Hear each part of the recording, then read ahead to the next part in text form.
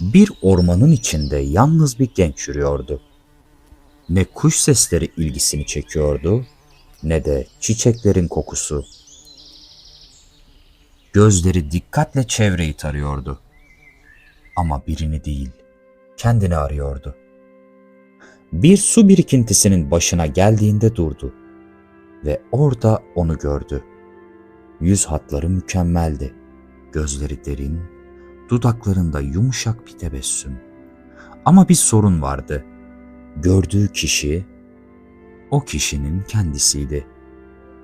Bu genç mitolojinin trajik figürü Narkissos'tu ve sadece eski bir hikaye değil, bu günümüzde binlerce insanda yaşayan, görünmeyen ama derin bir yarayı anlatıyor. Yani narsisizmi. Ama bu hikaye sadece Narkissos'la bitmiyor. Gizli bir ses daha var bu mitin içinde. Sadece yankı yapan, kendi cümlelerini bile söyleyemeyen biri. Eko. Bugün bu iki figürün mitolojik gölgeleri altında modern insanı, ilişkileri ve kendilik duygusunu konuşacağız. Ve belki de hepimizin içinde biraz Narkissos, biraz Eko olduğunu fark edeceğiz. Mitin anatomisi.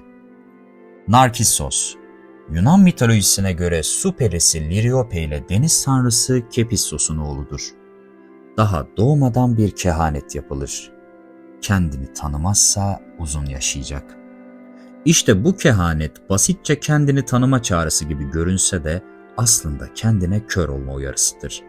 Çünkü bazen insan kendini görmeye başladığında kendine hapsolur. Narkissos büyür.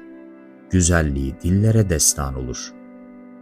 O kadar etkileyicidir ki ona aşık olmayan kimse bulunmaz. Ama o kimseyi sevmez, kimseye bağlanmaz. Sanki yeryüzündeki hiçbir varlık onun ilgisini hak etmiyormuş gibi davranır. Tıpkı modern dünyada gerçek bir ilişki yerine yalnızca onay ve hayranlık isteyen bazı insanlar gibi. Ve sonra o kader anı gelir. Ormanda yürürken gördüğü bir göletin kenarında durur.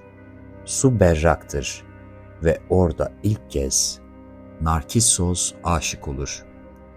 Ama bu aşk dışa değil, içe doğrudur. Kendi yansımasına tutulur.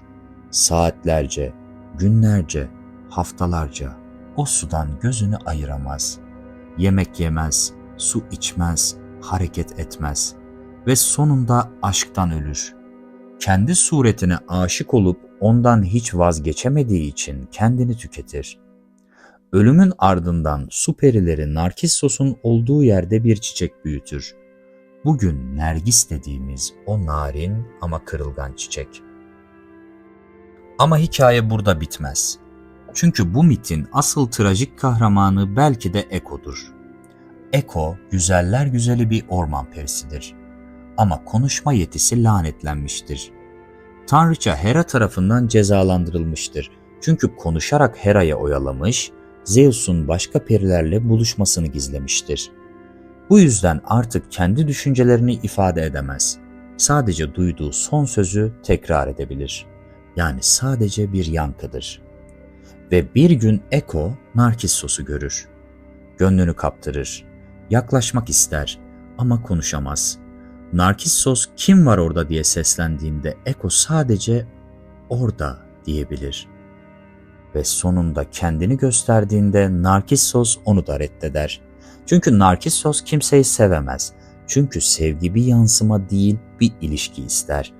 Eko geri çekilir, ormana saklanır ve yavaş yavaş eriyerek sadece kendinden geriye sesi kalır.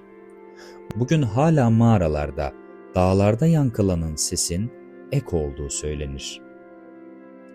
Bu mit sadece eski zamanlara ait bir masal değil, modern psikolojiye yön veren en önemli metaforlardan biridir.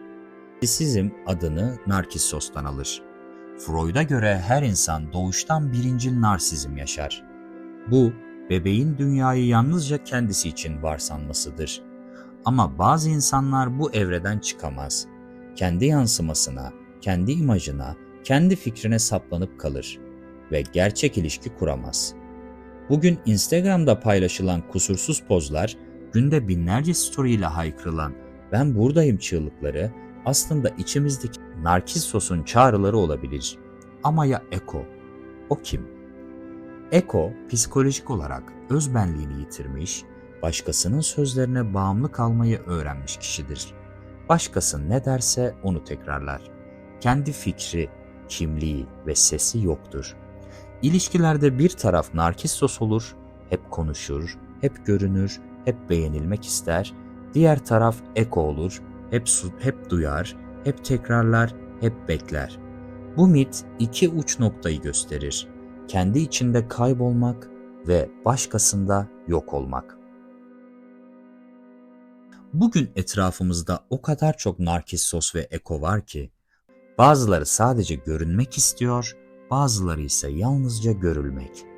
Ama ikisi de gerçekten bağ kuramıyor. Mitoloji bize bu konuda bir ders verir. Kendini bilmek, kendini sürekli izlemek değil, kendini aşabilmektir. Bir gölete bakıp da sadece kendi yüzünü değil, başkasının yansımasını da görebiliyorsan, işte o zaman aynayı geçtin demektir. Kendine tutkun olmakla kendini tanımak arasında ince bir çizgi var. Sen o çizgide nerede duruyorsun?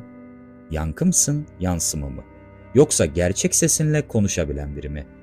Burası Aşil'in tendonu. Zihnin zaaflarını anlatan, görünmeyen yaraları görünür kılan bir yer. Eğer bu hikayede kendini bulduysan, belki de sıradaki mit senin hayatını da anlatıyordur. Abone ol.